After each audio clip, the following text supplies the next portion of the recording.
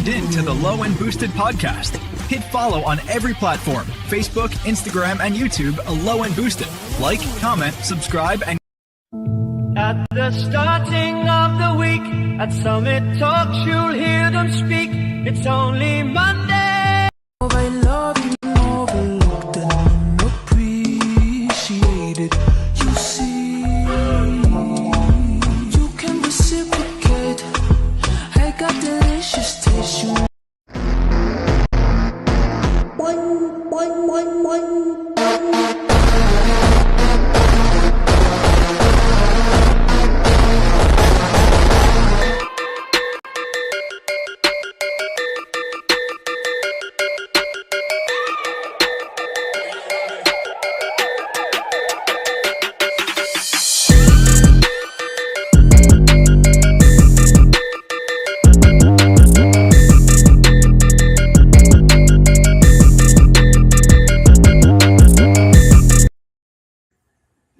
Guys, welcome to the Low and Boosted podcast. We are here with Art from Overtake USA. Art, how are we doing today? Doing awesome, man. I loved all the sponsor slides that just popped up and the fact that you included Overtake, and it was awesome. Yeah, I do that for every guest. I do their own little intro. Just, make it a little more cinematic, Yeah, no, I was vibing to it. It's awesome, man. I feel like a rock star after that. Like it was like a red carpet. Yeah, you rolled me out. Yeah, definitely. I appreciate that. So you guys just hit your first year mark, last week, the 4th? Yeah, exactly. You're getting kind of exclusive podcast rights to the first year recap. We posted a video on our YouTube page where the 5 original founders sat down and we just kind of talked about our experience. But this is the first time we're talking to someone outside of the company about how the first year went. And I mean, wherever we trail off on the podcast is cool, but certainly got a lot to talk about from day 1 to day 365. Definitely. So what got you guys to want to even start Overtake? What brought you to that decision? Well, for those of you who don't know, I think a lot of people might recognize me marketing and media through probably a decade there, close to it. And you guys have probably heard the backstory if you know about me. Basically, things were all going well. At one point, private equity stepped in, and then there was kind of a shakeup, and it culminated in a lot of the OGs being fired from the company, and then some people quitting. And really, it was a consolidation. Private equity took a bunch of companies and put them into a smaller offering. And just a bunch of people, including myself and our long-time engineers and marketing, other customer service people, assembly guys, we just all lost our jobs around the same time. Now, for the higher up guys, the managers like myself, we all had non-competes. And so even if we wanted to start something different or start working for a competitor, we really couldn't. And so we just kind of spent a couple of years taking a bit of a break from aftermarket parts manufacturing. Some guys went and did conventional jobs. I worked Martian shop, which was pretty cool. We can talk about that for a little bit. But after our non-competes were all over, we came together, had a meeting with some of the owners and said, hey, do you guys miss what we used to do? And the consensus was, yeah. And how do we get back into it? Do we go work for another company? And the answer was, why our own thing? We already know how to do it. We've done it. Now we can do it better and more efficient. And I mean, that's under a year. No, for sure. So by having that non-compete, right, you basically almost had to start your own business? Well, wait, there was a lag time. And so in other words, like you get fired on a Tuesday on your own business, depending on your contract. And we had various contracts. I mean, by the end of it, Grimspeed had been under different ownership and hired at different times. Some guys were there a decade plus, some guys were, a couple of years in. And so the contracts varied. But in general, like if you work and you're higher up guy, you're probably going to have a 1 to 2 year gap between where you were to being able to start a competitive company or to work at a competitor's existing company. And I think actually now in Minnesota anyway, and maybe more states nationwide, they've changed the rules to where non-competes aren't legal anymore. And so it's becoming less of a thing now, but we definitely experienced it. There could have been some negatives to starting up a company and some legal recourse that would happen because of it. Okay. I don't want to cut you off here. Your camera, for some reason, looks very pixelated. Is that on your end or just my end? I'm looking okay, but we can just call it the Minecraft filter if it doesn't work out. Let me see if I got a different camera. Let's see. High definition. Is that any better? Am I still pixelated? Better. I'm okay from my end. Okay. Yeah, it's just on my end for some reason. I don't know why. You know what? About half the podcasts I do, or anytime we do like a Zoom, we always have some little camera issue, and it's like, man, in 2026, it shouldn't be happening, but it does sometimes, unfortunately.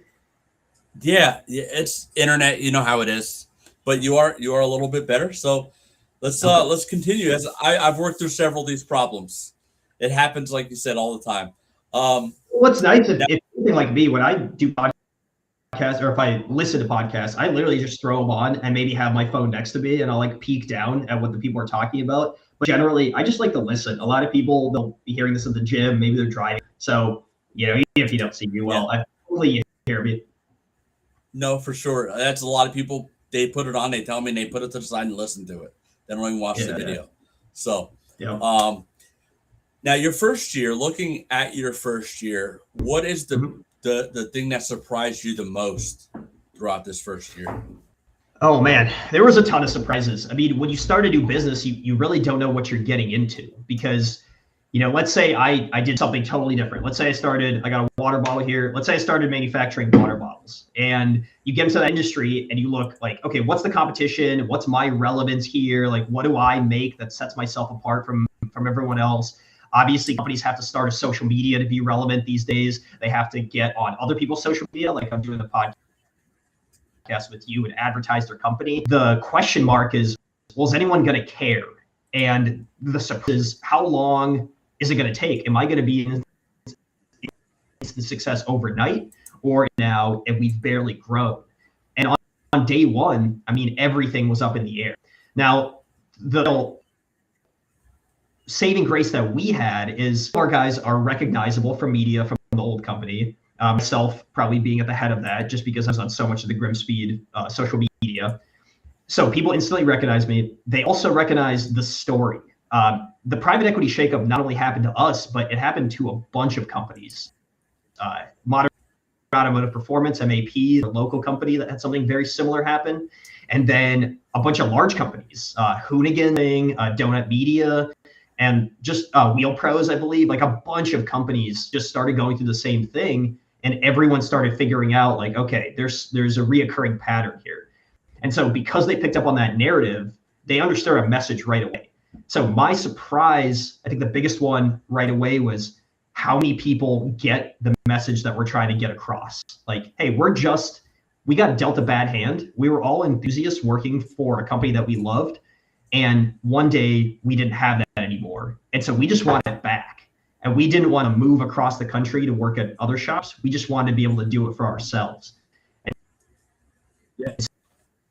So I would say the support from the enthusiasts, that's for too.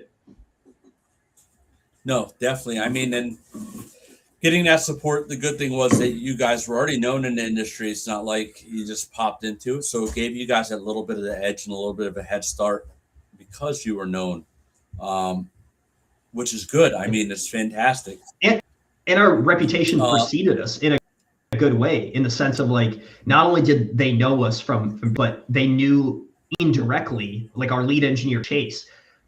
He was the designer for 13 years for Grimspeed products. So there was no question mark, hey, is he going to, like, we already knew that from day one. That wasn't even a discussion of where's our quality level on our products. Like, do we do entry level, mid quality, high end? We already knew we can jump to the engineer that's working for us. Like, he's got the skills, he's done it before, let's do it again. And people don't have to question whether it's going to get done right. No, for sure. And Grimspeed was a great product. I mean, they still do put out some great products, right? So my whole underneath of my car, I have their all their engine dress up, their charge pipe. I mean, Yep. so that they were great. And you guys are just transitioning the same type of products over to your own because, like you said, you have your core base that was Grimspeed. You guys are now the core base at Overtake. So you're going to get the same things you expected from there to you guys. Well, you got to remember, with Grimspeed, they're around. They actually just celebrated their 20-year anniversary this year. You know, Justin Grimm, obviously, who is majority owner in Overtake, he's still in the company. We all are, because it took that, let's call it the first 15 years to really build all those products. The stuff you mentioned didn't take a year, it took 10 and 15. And so really the magic trick that we can do is we can build our own version of a lot. And what we need to do is build a foundation or take. And then once we have the core products, and really start like branching out, whether it's to different chassis, whether it's to different makes. You know, Toyota is a good example, Nissan, maybe even domestic brands. Like we can do that as soon as that foundation is built, and you guys have the charge pipes, the bushings, and intercoolers. Then sky's kind of the limit. No, for sure. And I've seen you guys are coming out with I watched your video, the video you guys made. You guys are coming out with the dress up kit soon. Yes. Yeah, exactly. So, I mean, so much of the stuff has been in plus months. And I know that sounds kind of weird with like a dress up kit, but we have very limited engineering resources. So we got Chase time, and then we have Owen, who's helps me on media half the day and then does some of the smaller projects on engineering. And so dress up project, he might spend like 2 days on, and then a week off, and then 2 days on, and then a month off because of event season. And then it comes down to a point like it's coming up in the spring here where you're releasing a pulley cover and a radiator shroud and fender shrouds, and then like multiple fitments. And so it's not just one product, it's maybe 10 products in different colors and different variations with different mounting brackets. So it does all take time, but it kind of drops all at once typically. Yeah, that pulley cover, I'm waiting for that because what you integrated into the pulley cover, the tray. Yeah. Nope. Yeah, it's different. And everybody that's under tinkering has nowhere to put their little bolts, With the tray, it's not only does it look good, but it's actually functional for something else. Right. Yeah, it's actually, funny enough, it's been a bit of a game changer on our project cars because we 3D print all the prototype parts, and that pulley cover's been on there for a while. So if we're working on something else, like I just installed a charge pipe, like a week ago in our car. Now I have the little 3D tray, and I'm putting all my totally use it, even if in our case it's not even a real product yet. Listen, as soon as it comes out, I promise I'm changing mine. That's awesome. It's happening. Well, that's one of like the most humbling things is we have a lot of supporters that they'll say that exact thing. They go, "Hey, when is this coming out? I already have a competitor's to switch out to yours when it does." And like, I appreciate that so much because we're not putting that agenda. I'm not telling anyone like dump all your old stuff, don't use it. It's you.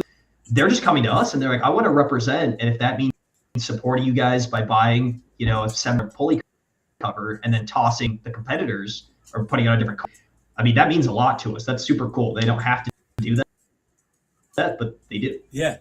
So what you guys, your foundation, what you guys, I've watched a lot of your videos. You guys make and do a lot of parts that you can't get a hold of. For example, the taillight, little pegs. Pegs. You can't get nowhere. You guys make and produce that stuff. That means a lot to us enthusiasts when we don't want to buy a whole new taillight to get that. Like yeah, exactly. And the ones that come with it are plastic, and so when we can do them out of stainless, they're never going to break. And that's a huge thing. But I agree, and I think part of it is out of necessity because some of that stuff, especially early on, like if you imagine any part you're developing, you have to have your engineers spend time on it. You have to have test prints. You have to have like a shop car to be able to put it on and test it. Then you go into production. Then there's tool up. So you might have, depending on the product, an average of like 5 to, or you sell a single one. And do you know how many taillight pegs you have to sell at like 20, 30 bucks to recoup the costs on something? So you have to be strategic. And some of those small things, like I said, they're out of necessity because it's worth the time. And then you gear up to charge pipe and an intake and an intercooler system. That's how you grow. Just we're trying to do it more exponentially in a couple of years rather than 5 to 10. Yeah, no, for sure. I mean, it's a big task just to do that little part, like you said, to recoup your money. You know, it's a big task. Now, through your first year, what was the hardest thing that you guys had to go through this first year? We talked about it in our 1 year recap video that we posted, so you might have already heard this, but I'll retell it. The environment, like the physical shop, was probably the hardest thing because I've, in retrospect, been a little bit spoiled where I've worked. Like the Grimsby shop, I started when we were at our essentially second location. So there was a tiny little shop, basically a garage where Justin started all. And then the shop was, I don't know, let's call it like 3,000 or 4,000 square feet, but it was super. We had one lift and it was in the center of the shop. And when a car was on it, like you couldn't even walk through the place. And when we had to do assembly, we had to take it all upstairs to this little office. We were, bumping elbows and working that way. But then we upgraded a much bigger shop. It was, I don't know, 16 to 20,000 square feet. And then eventually we doubled. You have individual offices and you have really nice lighting and it's carpeted and like large bathrooms and it's like an office for meetings. And you have all this stuff. And fast forward to starting a company, and we moved into a 200-year-old warehouse. I think it was maybe not 200, 100-year-old, but it was a cow slaughter factory before, or at some point. Walk through the whole place and just see like where they marched the cows to their death. There was a slaughter room. There was like the de-skinning room. It was really creepy. And we just got one little pot of it, like a couple thousand square feet before anyone else started moving in. So like physically a scary place to work. There was barely any lighting. There was 50 years dust all over everything. Anytime like a car drove by outside, you'd have dust and like bird crap from the ceiling fall on you. I mean, we had to cover our desks and computers in tarps at the end of the day. So in the morning, we whip them off to work. And I mean, that was like one of the biggest challenges is just, working in an environment that you weren't used to, we'll say. The flip side of that is it is kind of endearing. Like we've got some really good stories and pictures from our first year to when we are in that nice warehouse. We can look like, you guys weren't around for when we were like breathing in asbestos for the first 6 months. Yeah. Wow. So you guys were pretty much working through a construction zone while building. Oh, literally. Yeah. Business. Justin tells a story. I think I was working from home this day. I do that as much as we could, but he had they had to drill the sewer system inside the office. So they had like a backhoe next to his computer taking concrete while he was setting up the Overtake website. Wow. That's dedication and determination to get it done, because most people wouldn't have worked through that and they would have been like, no, when it's done, we'll do it, But you guys. Yeah. And I mean, what I was going to say is again, necessity, where that's what we're talking about. A nicer place to start with. Like we don't deliberately want to be in a crappy warehouse, but it was cheap, right? And so this brings me to the other maybe hardship, and this Justin than anyone else, because he's ultimately the guy that's financing most of the business. Just the financial hardships, man. Like I said, individual products, they cost a lot to bring into a physical product that you could sell, and then once you develop for 6 months and you haven't even launched the company yet, hundreds of thousands of dollars in debt, and every day that stacks up more and more and more until you sell that first object. And as you know, like if we're selling something for $100, $100, like we're making tens of dollars on it, because you got to pay for everything around it, not to mention then to have our website and to pay for the shipping stuff. And so you make money you spend it super quick. And that's why people say for the first couple of years of a business, you're just bleeding money. And we totally felt that on year one, and we're still feeling. Yeah, 3 to 5 years is what they say is the break-even point. So it's not even, you're not even making money 3 to 5 years, just breaking even. And then you start recouping. starting a business is not easy, especially if you're your size. You know, you guys didn't go small. You guys came out the door running, and I mean, how many parts have you, like, for example, turbo inlet? What company comes right out the gate and decides to make their own turbo inlet that is different from any other one on the market? Yep. So that's a great item to bring up because it is very engineering heavy. It's development heavy, and it for all the tool up costs on that, because you're essentially having an aluminum casting foundry that has to create a mold for you on your spec, and then you have to pay for that mold, extremely expensive, and then you have to make, you know, every single unit, and then you have to put that together as a kit and sell it at a reasonable price. So yeah, that was a huge challenge. But these days, I mean, we're selling, we've got VA and VB inlets, we've got that are own for EJ stuff. And I mean, inlets, they're one of the things that's truly solid. So if like you guys are out there and you bought one of our inlets, you've been a direct help in paying my salary, paying our rent, and like allowing us to develop more product. Definitely. I mean, I got mine, and when I bought mine, you guys didn't have yours come out yet, and I got the other brand, and I've been wanting yours, but I haven't. I just had to replace my motor, plus all the other little stuff that's going on. That is one of my next bigger things, is I'm swapping over that as well. Well, that's awesome. Just waiting to get there. Yeah, because it's just cool. If you look at the tube, I looked at David has one on his.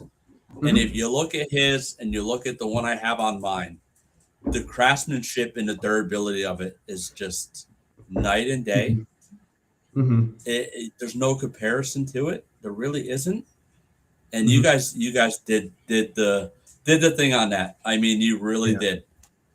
Well, we appreciate that. Excuse me. One of the real benefits to what we did is we got to press the restart button on everything. So we talked about this in that 1 year video as well. But once you're in a company, and let's say Chase designed something back in like 2010, and we've been selling that product for 5, 6, 7 years, and sales are doing fine, you're never gonna spend your time reinventing the wheel, right? So if you wanted to improve it, but it's just the juice isn't worth the squeeze, because again, there's the tooling costs and the development costs, and why spend 40 grand to make it slightly better? But in our case, we had a forced restart, and now we can take all the stuff that we wanted to change 15 years and implement that change. And so that's something I hear a lot, is like, oh, you guys did this in the past, but did it even better. How were you able to do that? And really, it's because we just had to start from scratch, and we knew what we were doing. Yeah, because you want to make that product regardless, right? You want to have your own line. So if you're gonna make that product, you're gonna improve on what you already knew was there. I mean, it's, you know, you had, like you said, the restart. So if you're gonna do it, you might as well do it better. And you know what I have to thank a lot of people to thank, enthusiasts and the people giving us product ideas, because we do hard. So overtakeusa.com, you can hop on there and link for product suggestions, and we get at least a couple a week, if not more. Like sometimes it's one a day. Somebody will put in a product suggestion. Chances are it's already on our to-do list at some point, because a lot of them are pretty obvious. But there's a few on there that are like, oh, this is a really good idea. Let's look into this. And then we realize, okay, maybe this did exist, but they discontinued it 6 years ago. Nobody really noticed. Actually, a great example is bypass valve recirculation hoses. So you have on your EJ your silicone inlet, and then you have your bypass valve hose. And the factory ones, they don't go bad super often. But if you have a 20-year-old engine and you've already taken the inlet out and put a new one in, like, you might as well do that hose. There was just basically no competitors out there carrying it. So we made it as to the inlet, and I mean, we've sold like 10 times more than I thought we were going to of those. You know, I thought we would sell, but people love them. Like, to the point where we were out of stock on them for a while. Just finding opportunity, taking people's suggestions, learning from what you already know, and at the end of the day, kind of going with your gut. We're Subaru guys, so we know what we want in our builds, and that's what we create. It's a little selfish. Yeah, we were talking about that today, actually, how your inlet actually comes with the hose, and you're not buttoning them together. in the middle of the we found hoses. Oh, like the VA and VB generation stuff? The VBs, yeah. Yep. Well, one thing that we heard, first of all, we're the first ones with a cast aluminum VB unit. So we heard that. A lot of people were asking for it. They were not happy with the silicone versions that were out there. But the other thing that they complained about is on the silicone versions, you would have to cut up the factory hoses to work. So that's not great because of stock. Now you got to buy all the factory hoses again. And then even if it's like a standard, like 90-degree hose, it's still going to cost you $20 at the dealership if you're lucky. But the big thing is where people cut on their factory hoses, it would start splitting. And so you would have vacuum leaks. So now there was check engine lights. Now there was like no going back after you did it. And that was a huge consideration. So we said, let's make the first cast one, and then let's make a kit where you don't require modifying of anything. You want to go back to stock next week? Go for it. And that's what really hooked people on those kits specifically. No, definitely. Another thing to point out that you guys do very well is you guys send more than you have to with your parts. So a lot of companies, when they send out maybe a grommet for the top mount, right? Mm-hmm. Or something like that, you guys send all the hardware with a lot of your stuff. A lot of companies don't send hardware. That is, hardware is one thing, but what I really like, and I didn't really think about it, it was our production guy, Doug. Inlet kits specifically, you notice we send 2 pairs of O-rings. And I've had questions like, hey, why is there a second pair? It's like, for 2 years from now, when it wears out, get that little in your drawer and put new O-rings on it. Because those don't cost us a ton. Like, it might cost us, $5 extra to include those in. We don't pass that cost on to you. We just know that in the future, when you need a new O-ring, we don't want it to cost like $18 with shipping to get one O-ring. Yeah. Yeah. That goes a long way with enthusiasts.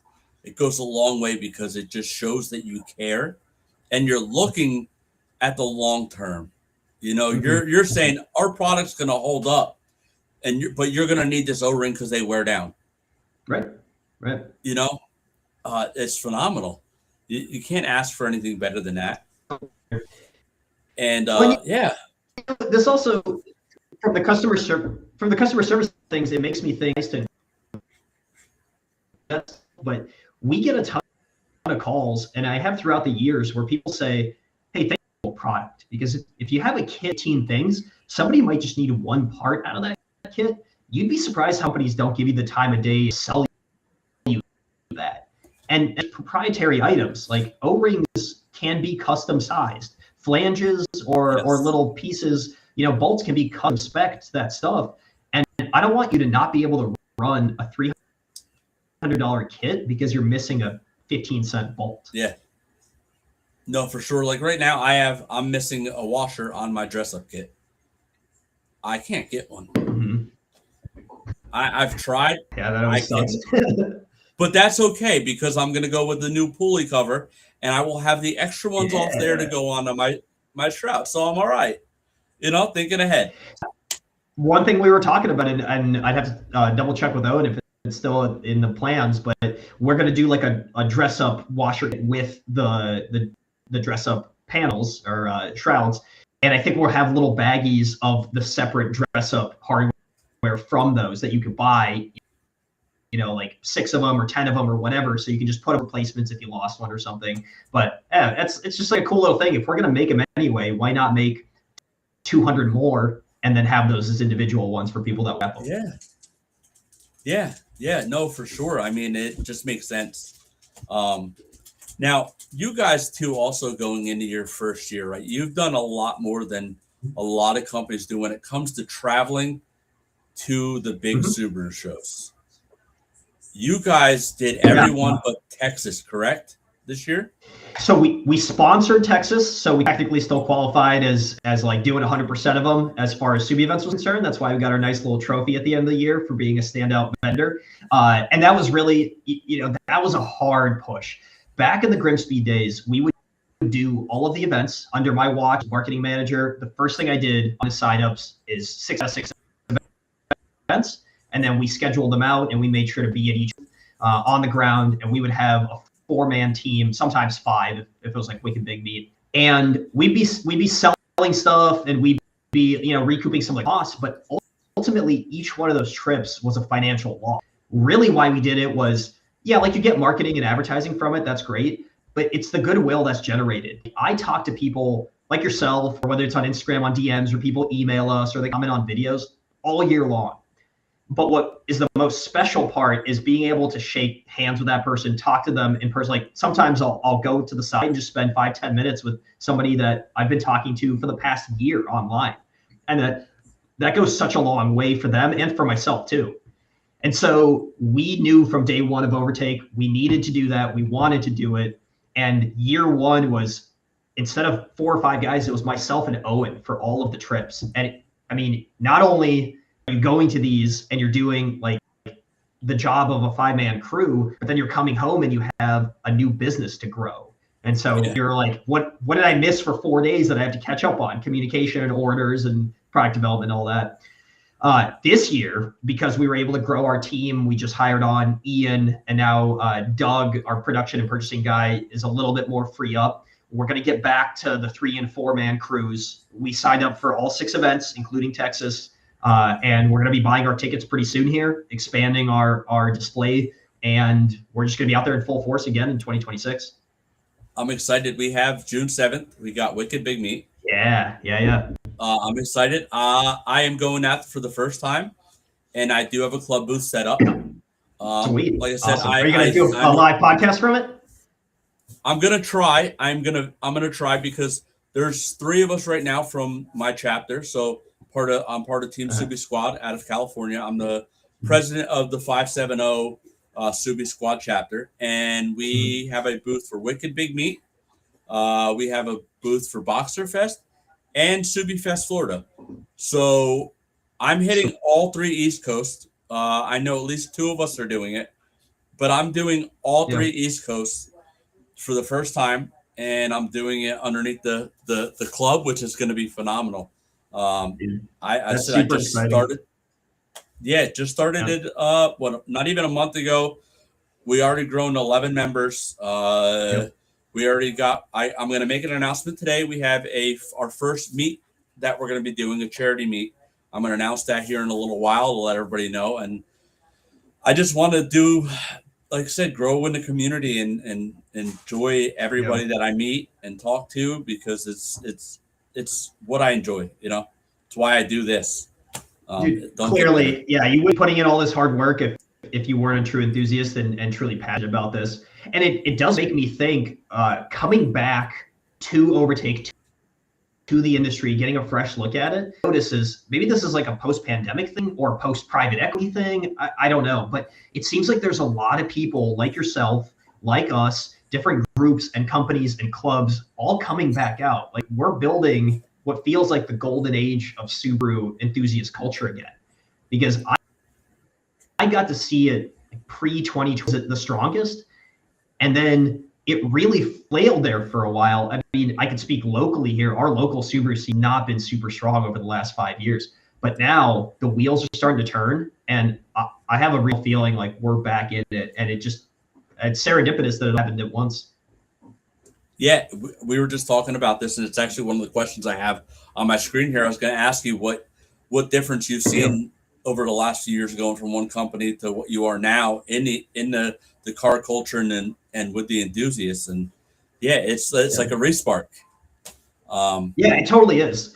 I think the Subaru culture got really hurt by the pandemic. A lot of it also too was the STI getting pulled off as an offering. So you only had VBs, VBWRXs, which are great cars, but I think it didn't, people that were kind of on the cusp of going elsewhere ended up doing that. And so the enthusiast culture took a hit. I think aftermarket brands, a lot of them were affected by private equity. And so they also took this like pause period for a couple of years where they weren't really developing new, elevating their social medias. They weren't out at events, plateaued essentially. Yeah. And then partially Subaru was to blame by taking to not like catering to enthusiasts. And now I think they're partially credited with also getting some more excitement going in the enthusiast market by teasing things like the Performance B STI and like actually putting performance back on the table. And all of their social media now includes cars going fast and like custom modified cars. We were talking about Subi events. For the first time, I've seen Subaru of America put like real resources towards being there and connecting with the customers. Because my experience years ago was Subaru would show up, but it almost felt like they were their own thing. And then like the enthusiasts were over here. And now it's like a light turned on and like really connected with the enthusiasts, employees there, and they actually get the opinion of vendors like us and go like, what do you guys want to see? What are people excited about me out there? At one of them, I said, I'd love to see more 22Bs. I'd love to see an S2 JDM Impreza, like stuff that I find really cool. And guess what? The very next event in Florida, they had both of them there. So I don't know if it was because of what I said, but not a coincidence. Like they listened and they were there. Excited the hell out of me. Yeah, no, for sure. I think they're turning the corner, right? They're turning the corner and knowing where they're losing out, you know, and they know when they now I give them the VB, right, and putting that motor in that car. Mm-hmm. Phenomenal. I mean, you can get 400 horse out of that car without even trying, right? They got the motor, right? And if they would have just kept the STI and gave the upgrade with the brakes and the training, I think that car would have been a knockout. I have said at times, I wish they would have gave me the mark in 2021 before they released it. And I always said, guys, look, we have the entry level WRX, like the base model, and that's amazing. Great engine choice. Awesome. Tack on 10 grand to it, match the body panels, give it a drop, like tighten up the suspension, tune up the engine, put it on it, throw an STI badge on it. And now you have the entry level one, just like normal people that can only afford 32, 34 grand. But if you can afford 42 or 44, then you're going to have the badass STI. And then that's going to get people interested in buying aftermarket parts for it. It's going to get them interested in buying more Subaru models. It's a win-win. So whatever decision they made at Subaru corporate that pulled the STI, because I'm convinced to this day, the reason that the WRX looks the worst in 22 plus was because they were planning an upgraded model that somebody said no to. Yeah, because, you know, switching models, right? By switching models and taking away the STI, whenever you switch models, there's not a lot of mods out for it until after like the second year, right? So if they would have kept that STI, people would have got right into that, wouldn't have had to really do much to it because it would have been already there. They would have kept it, and then as the mods came out, people maybe would have went and they would have been buying the base a lot more because the mods were out there to do whatever they want to do it. You know, they lost a big chunk.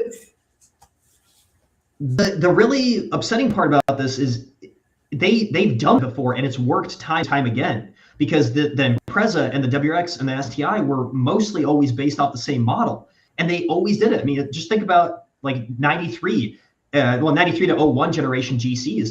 You had your Impreza L, like the poor man's car, but it was still manual and all-wheel drive.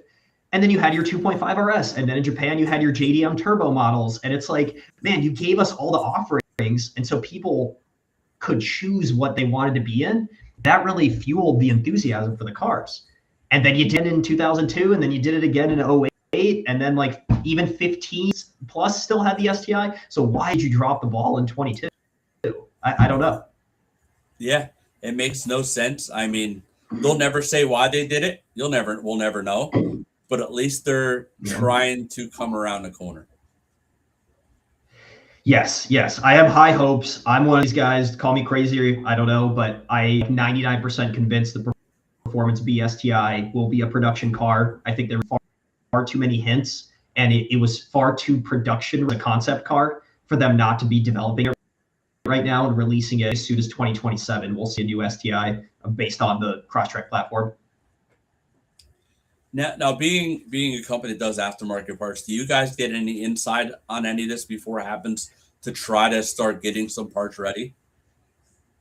For this part, no, because we're not as highly probably as some of the other guys. I mean, if it's all about making the right connection, and I'm talking like maybe a different company went to Tokyo Auto Salon 13 years ago and like talked to the right guy, and now they've been getting full time. For us, we haven't gotten that lucky, but it kind of doesn't matter because as a performance parts manufacturer, let's say the Concept B drops in December all of a sudden. We're going to develop parts for that car for another year because nobody's upgrading those parts. Like nobody in their right mind, for the most part, gets a brand new performance car and then says, all right, I'm going to start sticking different. Like they'll drive it for a year or two, then they'll start modifying. Most people wait for the factory warranty to be up and then start going crazy. So it's actually not that much of a to not be ahead of the game. It's just, it'd be nice to know for my own sake so I can save some money and maybe have it as a personal car. No, for sure. That'd be kind of cool. For sure. I'm one of the knuckleheads that go out and buy the brand new car, decide to throw everything at it, and then blow a motor and have no warranty. So, yeah, I know how that goes too. And actually, you guys are because we learn from people like that. The guys that first bought their VBs and pushed them to see how far they can go, for us to figure out the limitations and like the parts they need. That is kind of what fuels the market. So yeah, it takes a couple crazy dudes to blow up their cars to keep the whole beast moving along and develop products. Yeah. Now, went through all the troubles and all that of your first year.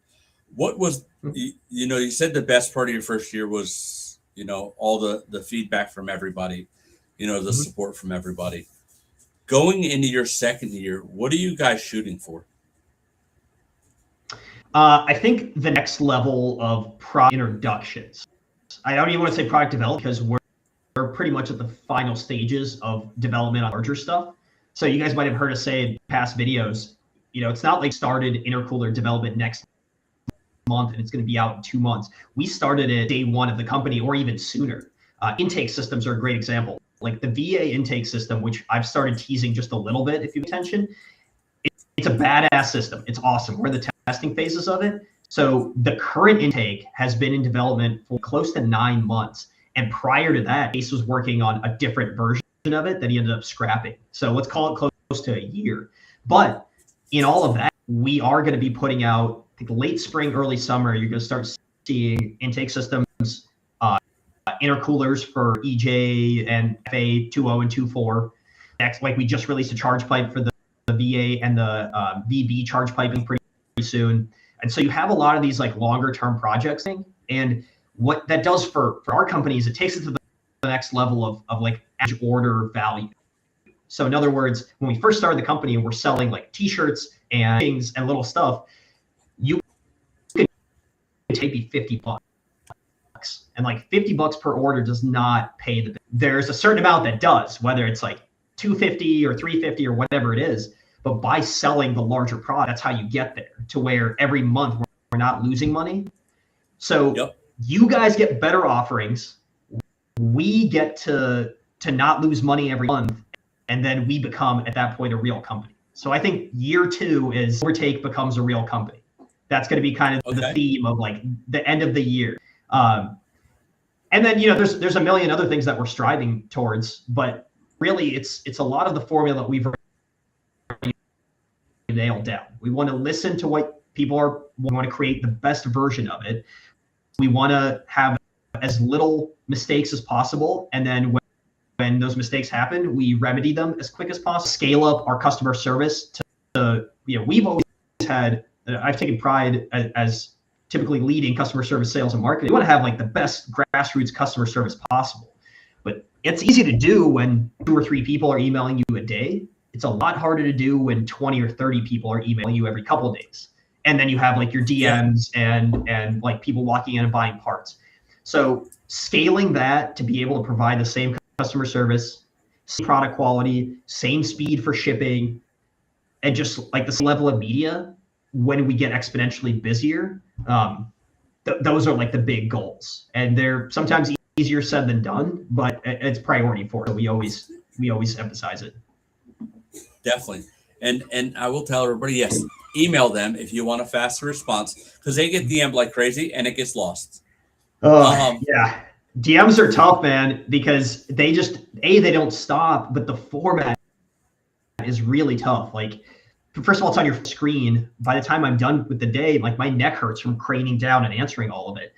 Sure, like there's desktop apps you can use, but for the most part, like it's quicker to do it on phone. But if you got like something that might take me a half hour to solve, by the time I come back to your message, other messages in front of you, a guy's having same questions. So I do prefer email. help@overtakeusa.com is where we direct anyone that doesn't have a 30-second answer. And as you sell more product and you have some of that higher end product, it's inevitable that there's going to be more and more of those open-ended higher end questions. Let me give you an example. I had a phone call of a gentleman that said, "Hey, I've got a VBWX. I bought your pitch stop mount. I threw it in, and now I'm getting like a metal on metal noise. And is that normal?" Well, no. Like you're going to get an increase in NVH, noise vibration. And that's you're putting a harder bushing in, so of course that's going to happen. But you should never. And I told him like check these things. He calls back again a couple hours later. Asks about torque specs. Like we look into the fact specs. He emails me in with pictures and things. And so this one phone call ended up taking maybe a collective like 35, 40 minutes throughout the day. And then today I was looking at emails and he messaged back and he goes, "You know what? I under torqued this thing. And so the metal on metal was it was moving around and the metal bush or the sleeve inside the bushing was hitting on the flange."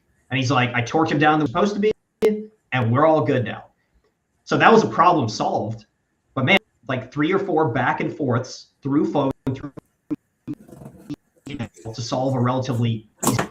And that's just what we have to do sometimes. Get more and more of those, and that's sometimes my day is troubleshooting. Gotcha. Now, since you did mention the pitch stop, do you remember what the torque spec is? Because just in case everybody's wondering how good their products are and what they look like, we have one right here. That's awesome. It's like we planned this. I mean, it's like we did. But yeah, what are the torque specs so I know that I can put this in correctly? You're putting me on the spot. I want to say it's 36 and 46 foot-pounds. I have the chart on my computer, so I'm going to put it up on our website on the product page so people can see. That's just an update. We do like a weekly, here are the things we need to update. So it's in there now. And by next week, we'll have torque specs on there. Double check before you do it. But yeah, definitely, because it's going to go in regardless tomorrow. But it worked out how we planned. That's pretty nice, right? No, man, that's awesome. Give you a shout out because you purchased this thing, you helped us, you supported us, and there was like a quid pro quo, like I'm going to send this to you. You have us on your pod. It just worked out this way. You wanted to support us, and we want to support you back by sitting down, talking with you, and getting the presence of this up. And I mean, this is what the Subaru community is about. It's like just being a true enthusiast. You do this stuff for free. You do the stuff, you pay for it, like you spend your time, you spend your hard-earned money, and it really fuels the whole thing. And it's awesome, man. It's a win-win for everyone. Yeah, because it's not like I didn't say, "Hey, you want to give me something to come on my podcast?" No, I bought this. You didn't even know I bought it until you got on here today, right? Because that's not your small business. It's how we should be. We should support the community as a whole, whether it's a small business or one of the bigger guys, because there's still business at the end of the day, right? It's not easy doing business in today's world with tariffs, taxes on everything, right? It's not easy. So shipping costs are high, production costs, raw goods, it's just all sky high. I mean, that's another big change we talked about earlier is like, what's it years ago? The cost to do anything is so much higher these days, but the MSRP of products has remained low. You'll see some increases, a couple bucks here and there, but something that was $100 5 years ago isn't 200 now. It's 115.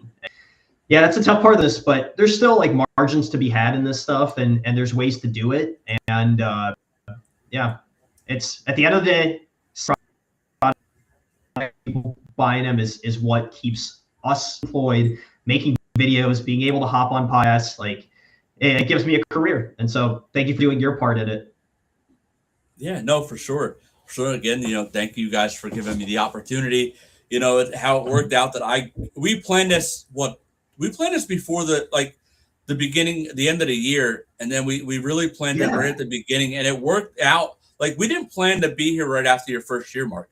it just landed that way. And it I mean, usually if somebody reaches out for a podcast, I'm like, what do you got this week or next week? And you're like, man, I'm for 2 months. I go, okay, you just tell me when. Yes, it fell on the same week as our 1 year.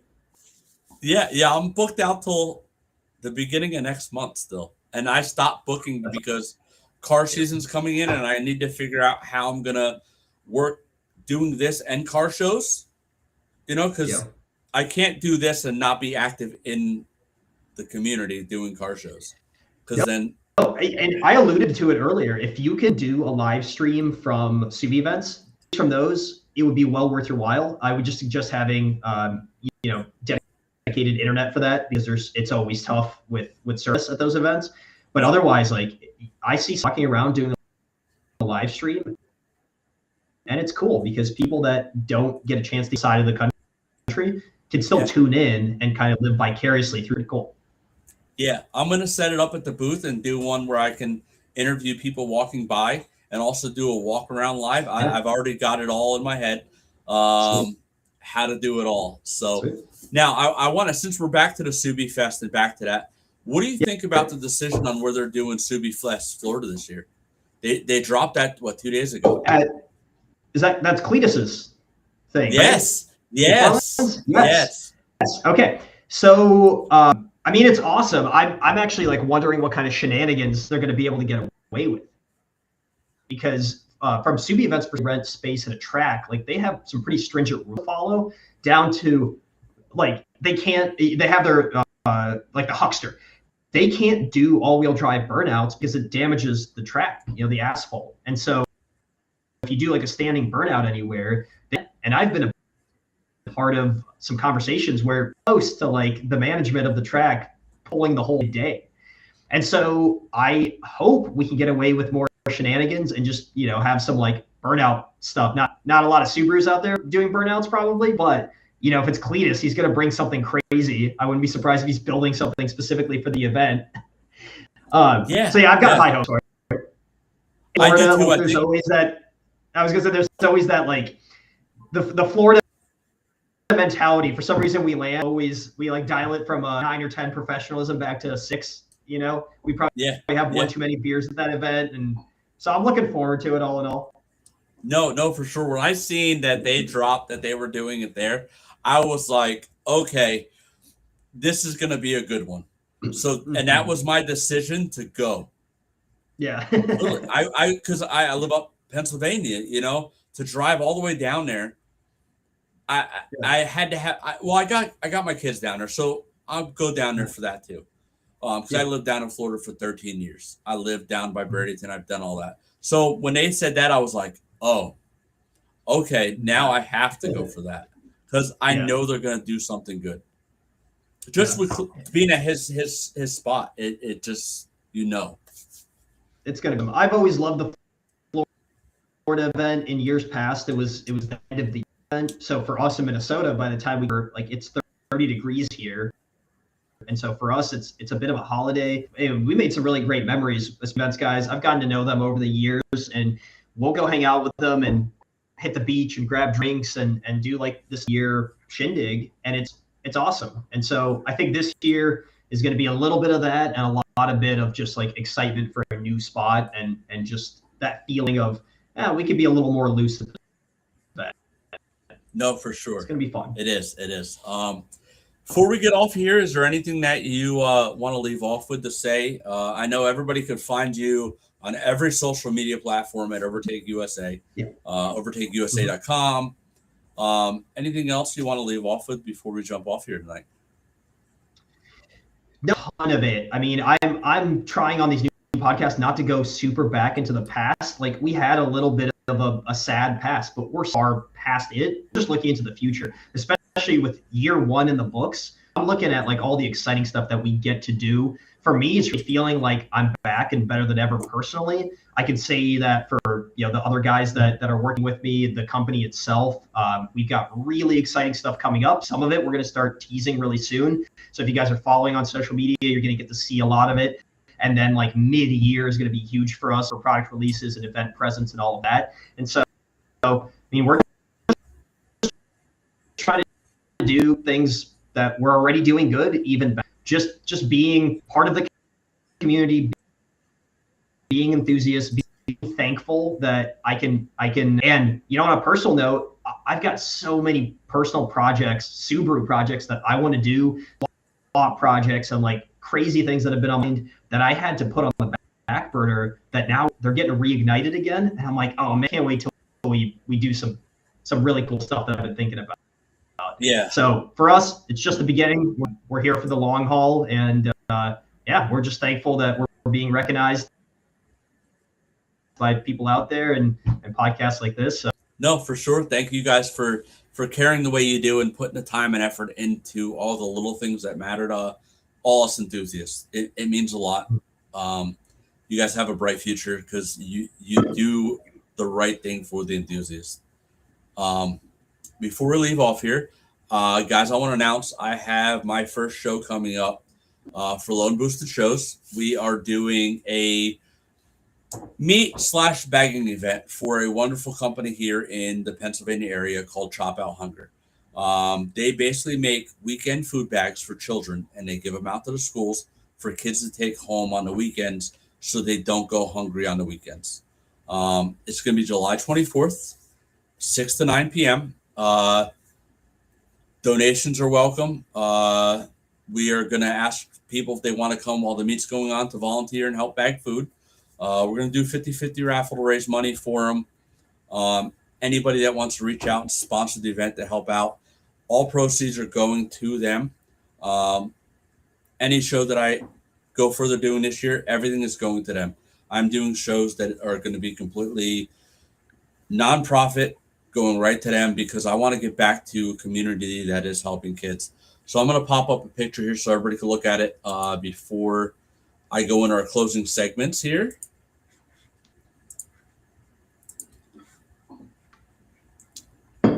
So guys, you can see it on the screen, 1739 Dixon Avenue on April 24th, 6 to 9. Everybody come on out.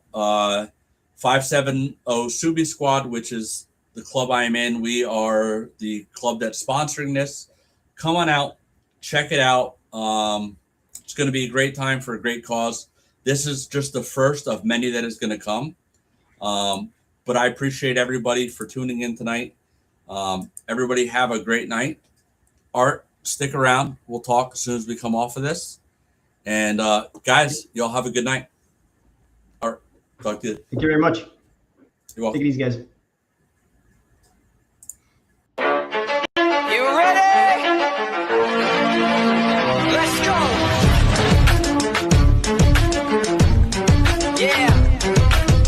For those of you that want to know what we're all about, it's like this, y'all. This is 10% luck, 20% skill, 15% concentrated power of will, 5% pleasure, 50% pain, and 100% reason to remember the name.